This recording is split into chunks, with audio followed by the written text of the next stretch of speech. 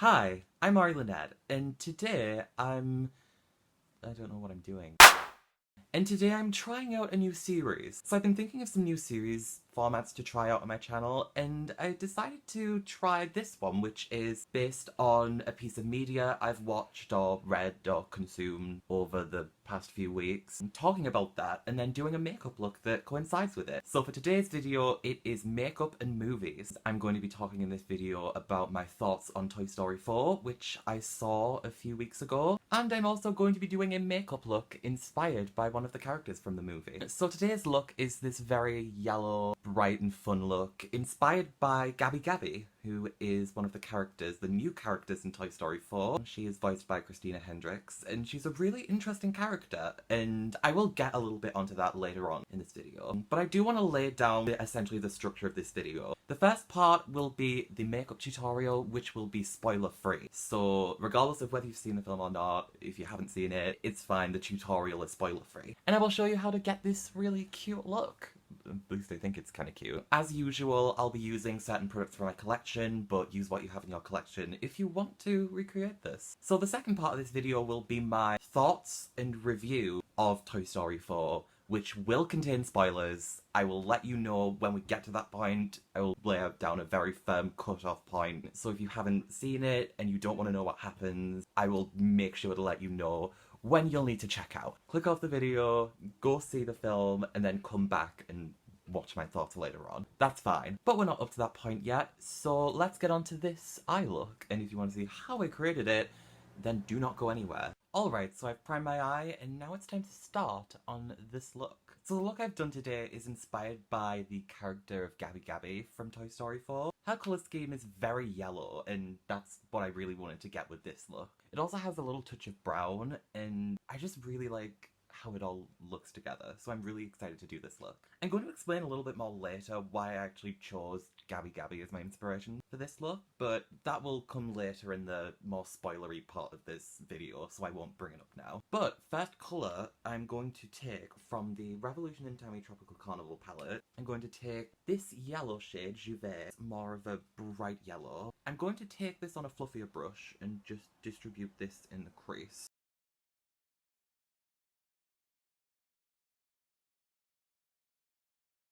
This just acts as a nice bright transition, and I think it works really well. Just to start it off, go quite bright and fun. It's just a nice pop. I'm also going to add that same shade to the lower lash line.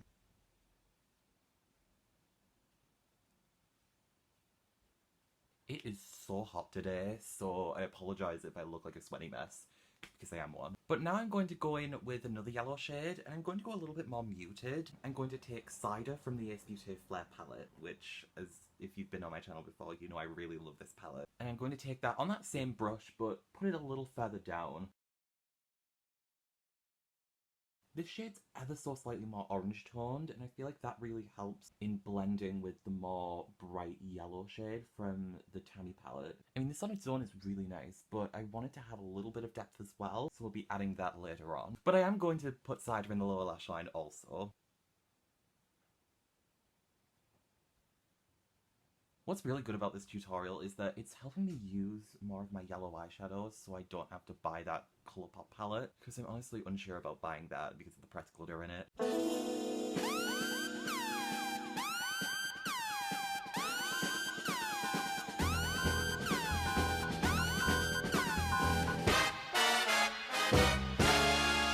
So, we've put down the yellow transitions. Now we're going to go in a little bit deeper, and I'm going to use the Violet Voss Nicole Concealer palette. I am going to go in with this shade here called Boop Bop, and I'm going to pack this on the outer part of the lid. This colour goes really well with the yellow, but it also helps because it represents Gabby Gabby's hair. So it's just that little extra touch to make sense with the character, really making sure I blend it as much as I can. So then I'm going to take this brush that I used to apply those yellow shades, and I'm just going to use this to blend out this shade even more. I'm going to take a little bit of Boop Bop on the lower lash line with this thinner brush. I just find that this is a really nice grungy shade that goes really well with yellow, so why not add it a little bit to the lower lash line, and it just really creates a nice effect. One of my favourite things about this Violet Voss palette is the shimmers, so I'm going to actually go in with some of them. So I'm going to use Victoria, which is this gorgeous gold shade. I just think this works really nicely for this look and for a Gabby Gabby inspired look. I'm going to pack this with a dry brush on my inner lid. Also going to take a little on my finger because always helps just to add a little bit on with a finger. I just love the texture of the Violet Voss Metallics. I just think it's the exact texture I want to have something glowy and beautiful. Still intense, but I just love the formula of these shimmers. I am going to add a shimmer to the inner corner. I'm going to take Zozo, which is one of my favourite inner corner shades, like, period. I'm going to pack this in the inner corner, like I've done here, but I'm going to do it on this eye. But I'm sure you've gathered that. It just really sticks with that yellow theme. It just all pairs together very nicely. And if you thought that was the last step, you are sorely mistaken, because I'm actually going to take that shade I used before, Boot Bop, and I'm going to do something I've never done before on this channel. I'm going to take this on a very small, precise brush, and I'm going to do some fake freckles. I've never done fake freckles on my channel before, but it actually makes sense because in the film, this isn't really particularly spoilery, but there's a scene where she applies a freckle on, and it just made me think, wait a minute, this would be a perfect time to try fake freckles, so I'm doing that now. What I want to do is I tap in, and then I tap off the excess. Obviously these aren't going to be the best fake freckles, but you know, first time for everything. Fine. They aren't horrible, but there's my attempt to fake freckles. I just think it goes really nicely with this look, and with Gabby Gabby, so I thought I'd give it a go. But that is the eye look complete, and I'm going to finish my look off camera and I'll be right back to round off the look. Alright, so I finished the look. Literally the only thing I did was add the lipstick. So I went with the Sleek Matte Me Lip Cream in Birthday Suit. It's just a really nice pinky nude that I felt like matched the look that Gabby Gabby actually has in the film quite nicely. Obviously it's not the exact kind of colour, but I think it's close, and the yellow and pink go quite nicely together. I don't know, I just think I have a thing for yellow and pink together. I just think they look really nice. But I think this looks really cute. I mean, the fake freckles are, they exist, but you know, there's a first time for everything, and it's just part of growing and developing abilities, is sometimes doing them a little bit questionably, and then realizing that in improving. So this is the tutorial, which I've done based on Gabby Gabby from Toy Story 4, and that's the tutorial part of this video over. So on to the next part. Right, so now we're coming on to my thoughts on Toy Story 4. This is my review of the film, what I thought of it, what I liked about it, what I thought could have been improved, all of that stuff. And to get into that, I will need to get into spoilers. So, this is your warning. If you have not seen Toy Story 4, and you do not want to know what happens in Toy Story 4, do not watch this video going forward. Click off the video, pause it, start running. If you haven't seen it and you don't want to know what happens, now is the time to exit off this video. Don't feel bad about it. I'm telling you to if you haven't, because I feel like you should be able to see this film without me spoiling it. So consider this the little warning call. I feel like I have to wait a few seconds for people to actually respond. So I'm assuming now everyone who's watching this video has either seen it or doesn't care about spoilers. So now is going to be the time where I talk about the movie in depth with spoilers. So don't say I didn't warn you. So first things first, I want to talk about my initial reservations about the movie. So because I found the third film, Toy Story 3, was so perfect as a conclusion, I was a little skeptical to them making another one. I was kind of thinking maybe they were pushing it a little too far, maybe stretching it out a little thin, maybe Disney was going in there and being like, we need more money, give us another film. But eventually I had those reservations quashed, and not even by the film itself. It's when I heard that Bo Peep would be coming back in this film that I was really excited about it, because I was always quite curious about what exactly happened to Bo Peep. In the first two films, she was a relatively important character, but not as important as some of the other people, but you still knew she was there. You still went into the third film thinking, oh, where's Bo Peep gone? Whereas with some of the other more minor toys in the first two films, you didn't really think like that. So I found it interesting to see how Pixar would take on this job of bringing back Bo Peep and having him be introduced back into this world and what that would mean for it. So that made me really excited to see this film and to see what had happened to her. And indeed, she was back and she has a new look. Yeah, I did get the Bo Peep doll. Y'all can judge me if you want, but I love this doll. Friggin' fabulous. Like, these knees, like, bend all the way, and it's just so cool. So I think that the film did a really great job in bringing her back, and I just think that she's an excellent character, and especially now that she's been giving a little bit more of an update, and we've seen her backstory, and she's kind of gone into this more free-spirited path of kind of just doing her own thing, not needing a kid. I think that that's a perspective that hasn't really been explored at that point that I really like. I like that instead of just going on all of the old points that they could have gone on, which, to be fair, these films do rely on certain tropes of, like, one of the toys getting lost, another one of the toys having to find them, or a toy being lured into a certain life, and the whole response around that. Yeah, that's been done before. But I think that what sets Toy Story 4 apart from the others is some of the other themes and just the way it handles certain subjects and the characters it puts in those subjects. I think it helps differentiate those plots. Before I get even more into the plot of this film, I just wanted to shout out the animation of the film. If you didn't know, I am studying animation at university, and seeing that from, like, an animating perspective is just amazing.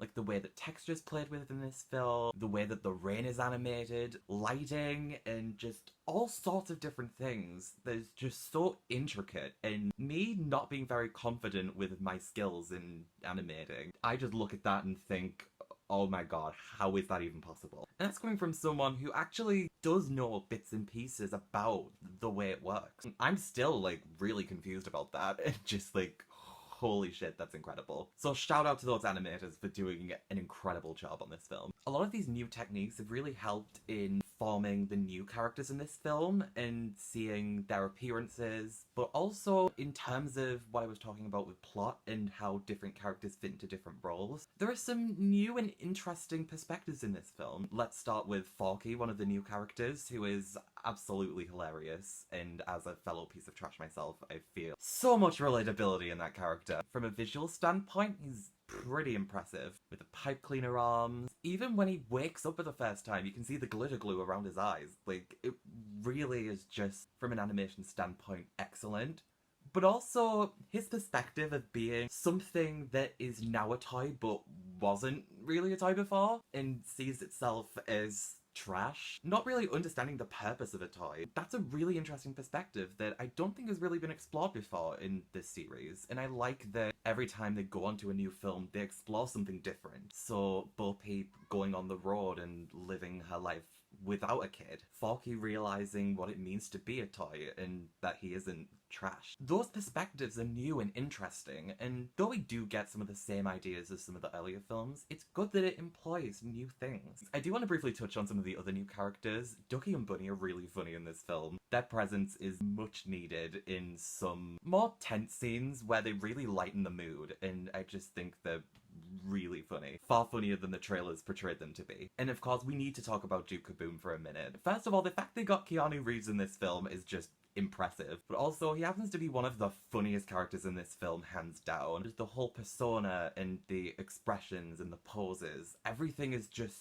so full of life, and it's just like, it hits a real emotional note, but also comedy gold. I think that with the new characters in this film, they hit it out of the park. I was sad that we didn't get to see as much of the older toys in this film, but I get it from a story standpoint. This is Woody's story. It makes sense that he's more put to the forefront, whereas some of the other toys are put further to the background. That makes a lot of sense, even though I was sad I didn't get to see as much as the older toys in this film. There's one new character I haven't mentioned yet, and I wanted to talk about because, I mean, this look is inspired by that character, and that is the villain of this film, Gabby Gabby. So I had a lot of different thoughts about if I was doing a video about my thoughts on Toy Story 4, what I'd do as a look, and I considered something inspired by Ducky and Bunny, I considered something inspired by Forky, but eventually I settled on Gabby Gabby because I just find her such a fascinating character. When I went into the theatre, I was expecting her to be more of a villain, but I found her incredibly sympathetic. Yeah, she did have some moments of being a little bit bad, but I almost didn't see her as much as a villain, rather a toy that has really been wrecked by the world and just wants a chance to make people happy. And I really found a lot of sympathy in her character, whether it was through the facial expressions, the voice acting, the scripting. I felt like there was a lot of times in this film where I was really sympathetic towards her. In some of the older films I was more like, oh, this character needs to be beat because they're bad. And with this one I wasn't feeling like that. I was feeling like I wanted them all to get what they wanted, including Gabby. I feel like having a character like her be essentially taking that villain role instead of having it be a true villain like a Stinky Pete or a Lotso, it felt like an unconventional move, but a much needed one. Something that expressed the complexity of not every toy can be sorted into good and bad. Have a toy that is essentially good-natured, but is really going about it in an abrasive way, but has pure intentions pretty much. I just found that so interesting to me. I feel like Gabby Gabby as a character is just really underrated. Also, I'm really sad that they didn't make an actual doll of Gabby Gabby with rooted hair and everything. Y'all missed an opportunity there, Disney. A company that likes to market and merchandise everything to an eye-watering level can't even get one obvious thing. I find that baffling. But I came out of that theatre really, really fascinated by the character of Gabby Gabby, and that's why I did this look inspired by her in particular. Also, can we talk about those ventriloquist dummies for a minute? Like, the animation on those is mind-blowing. The way they move, the expressions, the sounds, like, it created something quite eerie, and my sister was quite scared of them in the theatre. So that was kind of fun. But it's just a real testament to the way that animation has improved over the years, especially if you look at the first Toy Story compared to this one, which is like leagues above in the animation style and the different techniques that they use and the challenges they just run towards and just hit out of the park with the amazing lighting, amazing texturing, amazing animation, just superb. One very big example of this is the cat that's in this film. I mean, if you've seen the trailer, you'll know, but the animation on that cat is just, like, almost close to reality, and it doesn't hit that uncanny valley either. It's something that looks real enough, but also stylized enough to fit in with the world that we've come to know. I think Pixar's just got it in that sweet spot, and I'm glad they haven't gone in the uncanny valley with this one. So the last thing I'm going to talk about with this film is the plot of it, and I just really found it interesting. Toy Story 3 felt like this big epic conclusion where it had this big prison escape and it had the incinerator scene and it was just very dramatic and very tense. Even though it had that heartfelt ending, it was really tense in a lot of places and made to feel dramatic and an event. And Toy Story 4 isn't the same kind of film. I like that Pixar didn't just go for that same type of film because it would have been repetitive and it would have just been like, are we supposed to really be invested in this huge dramatic event that really is rehashing the last one? So I like that they went for something a little bit more subdued. There are still moments of action, but it's balanced out with something a lot more introspective. It's a smaller scale, but it's still really interesting. Instead of being very all guns blazing, there's something a lot more thought-provoking about it. And I like that they went in that direction for this film, because instead of it being the toys have to get to this place because this is happening and they have to get to this, which it kind of still does a little bit in Toy Story 4. In this film, it's a lot more, the toys have to get to this, but that's not really what it's about. It's a lot more introspective. It's a lot more about Woody's purpose as a toy, Forky's purpose as a toy, Bo Peep's philosophy and how that affects Woody and how that changes his mind. Spoilers, I said there would be spoilers. Where by the end of the film, he's decided that being a lost toy isn't so bad, and he knows he's not that important to Bonnie anymore, so he feels like this is the time for him to really decide for himself, become the toy he is now, and leave with Bo Peep. Which is a really heartfelt ending, and I really loved that ending scene. Even though I kinda wish it would have lasted a little bit longer, I liked seeing bits and pieces of that scene, such as Woody giving Jessie the sheriff badge, and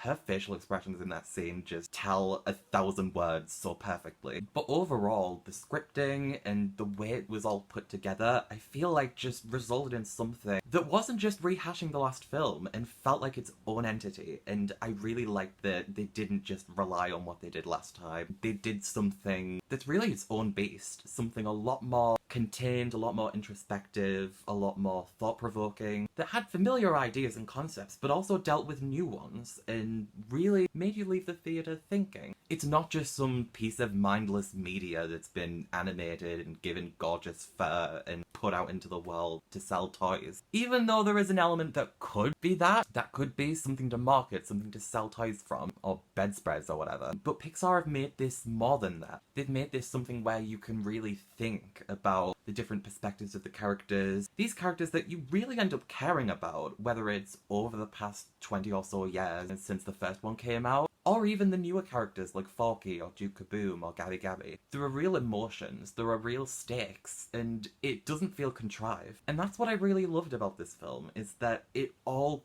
came together just right. There were so many opportunities where they could have lost steam or just played it safe. Like, they would have played it very safe if Woody had just gone back to the toys and gone in the RV back to Bonnie's house again. That would have been such a safe ending because it would have allowed for so many more spin-offs and short films and probably be the most marketable option. But having Woody leave with Bo Peep feels natural to that character's progression in the film, and I'm very glad that they stuck to that and stuck to what the characters would actually do and not just go for the safest option. I think that this is a fitting film to add to this series that's been really successful, really critically acclaimed. I think it fits right in there, but I also think it's its own thing, and that's a good thing. It should be its own thing, and I'm glad that it is. So I was just really happy with this film, and I think it's a knockout. But that just about sums up my thoughts on this film. I just think it's excellent, and I'm really happy it exists, because it feels like it was needed to close up some loose ends, bringing back Bo Peep, asking those questions about what happens when a toy becomes obsolete, and what does that mean for them? Things about the mortality of toys, how they're created,